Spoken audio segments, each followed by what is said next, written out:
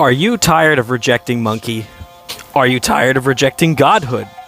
Well, have I got a solution for you. How's it going, everybody? Savvier just saying, what is good to all my Super Saiyan homies, here to bring you all sorts of anime gaming content. If you enjoy the video, please consider hitting that thumbs up, subscribing, and turning on notifications so you don't miss out on any future content. That being said, today, the goal was I didn't want to reject Monkey or God Key. I wanted to use a little bit of both. Mainly because I'm finding, there's a good amount of synergy between the red and the yellow Vegeta on Vegeta Family.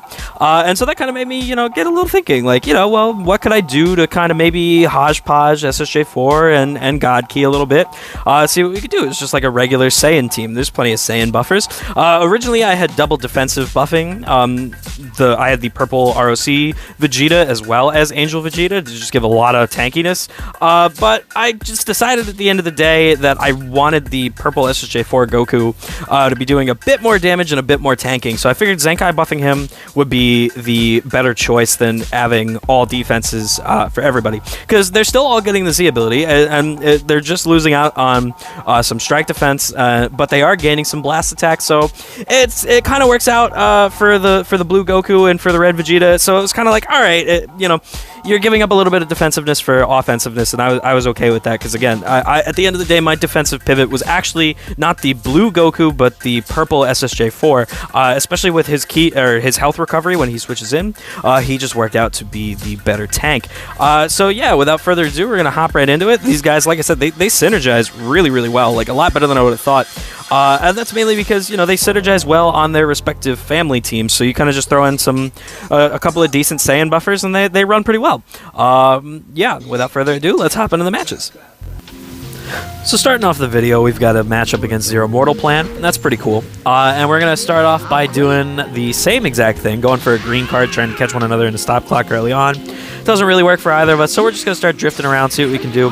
He's the one who starts being a bit aggressive, and we're going to take advantage of the cover nullification, because while we go for the blast at first, forgetting about it, we do remember about it right away, and that's going to let God Vegeta come in, start doing some damage to the purple LF Rose, and yeah, just kind of, pepper in, sprinkle in some damage against all these guys.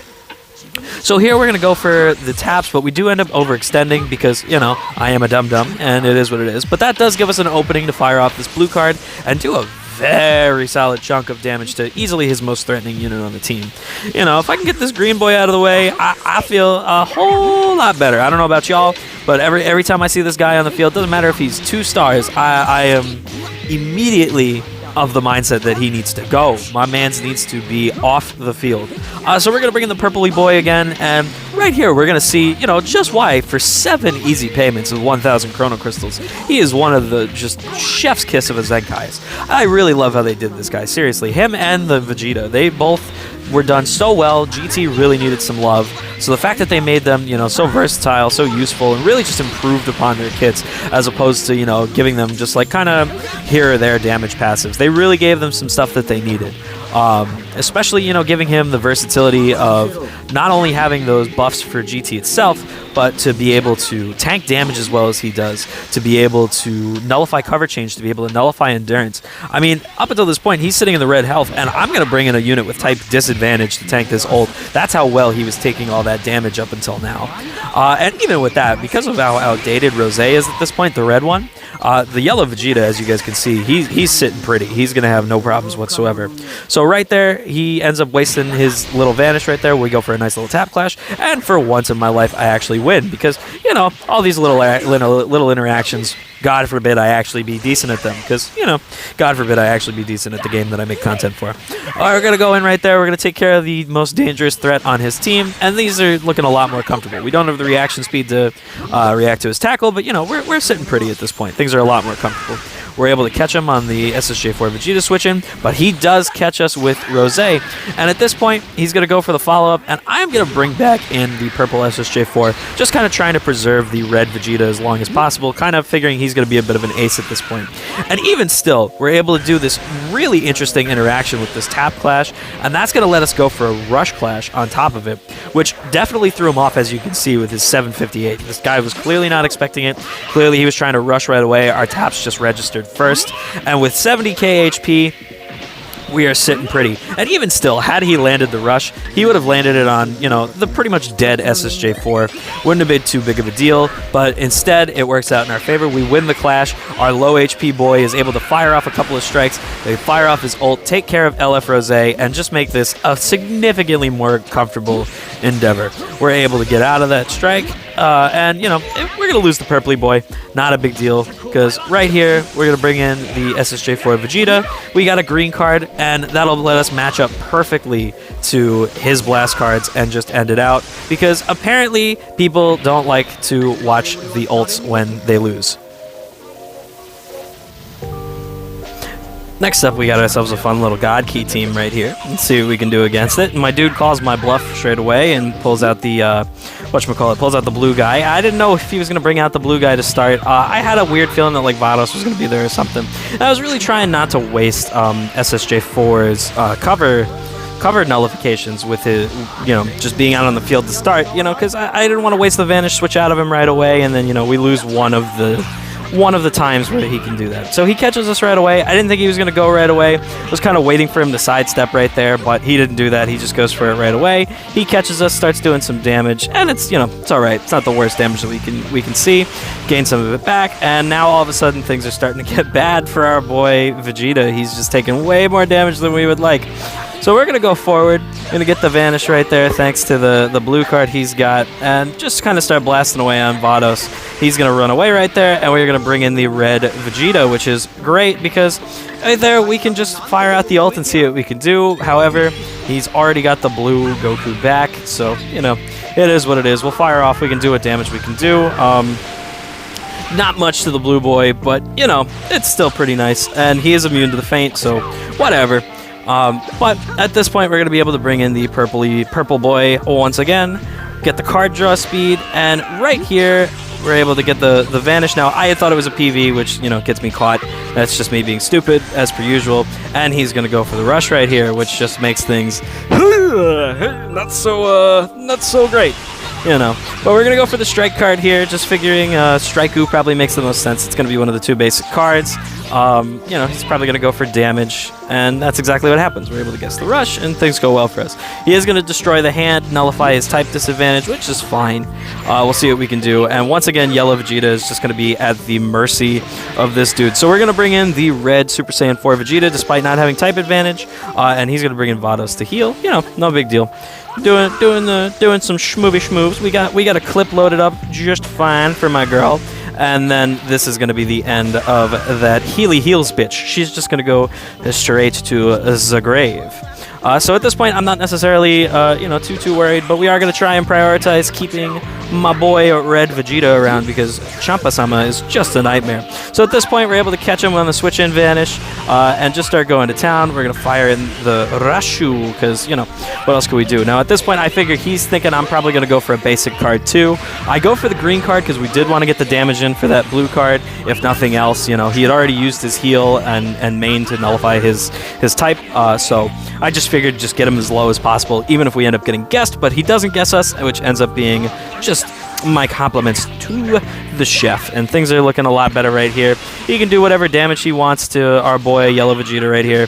It's fine. It's not a big deal. We'll switch into the red guy right here, let him do his thing, you know, even if he wants to bust out the ult, which he does, and, you know, have that new Vanish and everything, he could throw that right here. Now, I have a pretty good feeling that Vegeta's going to tank this just fine, but, no shot. I am a silly boy. And there he catches me with the follow-up, which, I mean, good for him, because I am a huge fan of the follow-up. I always think you're going to catch people with it. But there, things work out for us just fine. We're able to catch him and, yeah, wrap things up. And once again, people don't want to see the ult to finish things off, so we get a forfeit. Woohoo! So we're up against a nice little free-to-play God Key team, and while we're able to kind of start things off, trying to be a little bit aggressive, right off the bat, Homie tries to catch us slipping. Tries to catch us with the blue card here, but he's already too late, and tries to catch us slipping again with UI, but forgets that SSJ4 nullifies cover changes, and once again proves that Monkey is sometimes greater than God Key. So right there, we're going to back it up and, you know, just do our thing, see what we can do. Go for a nice little tap clash and catch him with the blast, and Homie is just not sticking around knowing that he done goofed.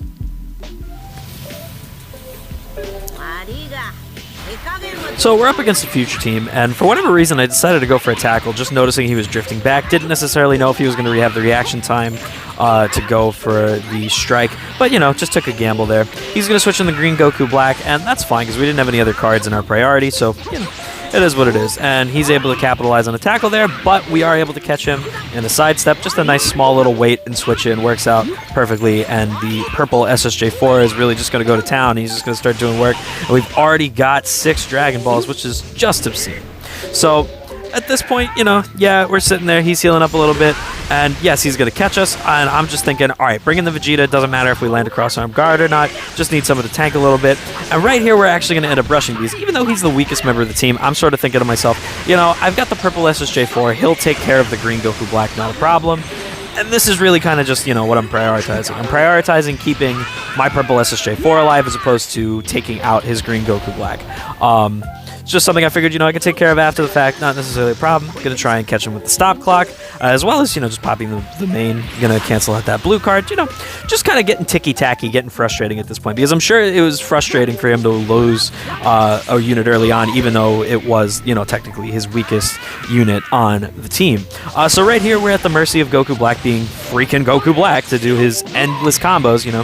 Everybody grab some popcorn, grab a soda. We going to be here a while, but, you know, it is what it is. He does drop the combo. We're not able to take advantage of it, but that's okay because he doesn't have anything left in the clip. And yeah, from there, we'll just kind of go from there. Gets us with a nice double vanish, and at this point, you know, I'm not too worried because I know he just used a bunch of cards. And even still, he's able to manage to, you know, throw off something at us. But we've got the blue guy sitting in the background right here. He's able to tank just fine. And yes, he's going to go type neutral here, but even still, it doesn't really matter because of just how well the blue Goku tanks. Try and catch him with a sidestep cancel. Doesn't really end up working out, and he does end up catching us in our own sidestep, which is not the worst thing in the world, but it ends up working out for us because he does drop the combo. And while the green guy is able to come back, we also have our purple guy right here. So right there, I'm going to go for the strike. I'm going to pop the main. Going to go for the ult to see if that's going to be enough to just decimate the boy. But if it's not, I'm going to have the blue card queued up in the back, and my man's just knows that this is all going downhill. So he ends up DCing right then, right there. So with that being said, we'll let this ult play out, and I will see you guys in the next match.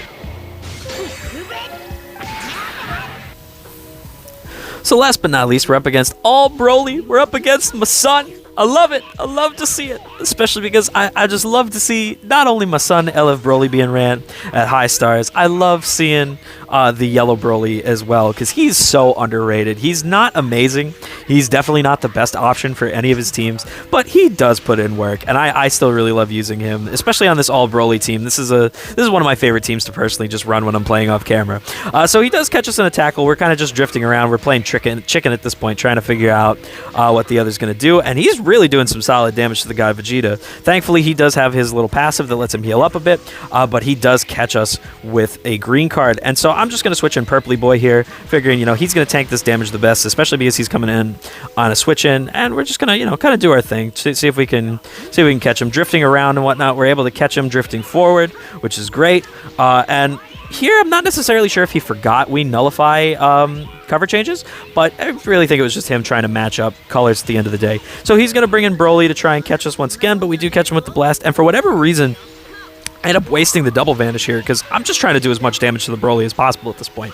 I know LF Broly, I know my son, I know how he works. I know if I just let him, you know, have his way, he's going to be doing lots and lots of damage. So he's going to catch us there with a tackle, and while I do catch him with some of the blast armor, you know, it's not going to be enough to kill him right then and there. So I'm figuring at this point, blue guy, he's tanky enough, no reason to get rid of him. We're just going to let him stay and take the damage because we don't want to give Broly too many switch out buffs, and that's exactly what we're going to do. We both go for a green card here, you know, just playing around, playing, having some fun. We're able to catch him on a tackle here, and that's going to open up the door for a rush. Just, you know, get rid of somebody, put as much hurt on, as much smackdown as we can. Now I'm sitting here thinking, what's going to be the best choice? And I end up going for the strike, thinking to myself, we just unloaded a bunch of blasts with, what's-his-face, with the blue guy, figuring the strike is probably the least obvious choice, but apparently it was the most obvious choice, because, you know, why not? He's going to be able to catch us with a tackle right there, and is going to catch us with the blue card on top of it, which is great, because it does give us our Vanish back right away, and does give us a chance to really take care of him as best we can. Now, as y'all see, I paused there. I thought I had dropped the combo, but nah, you know, this is why we can't have nice things. Doesn't necessarily matter, though, because we're going to be just a little bit patient right there. Bring back the SSJ4, and that's going to line up the ult very nicely to fire off on either the green or LF Broly. LF Broly becomes the target of choice, and he is just going to get absolutely decimated. My boy just gets melted like ice cream in frickin' hell.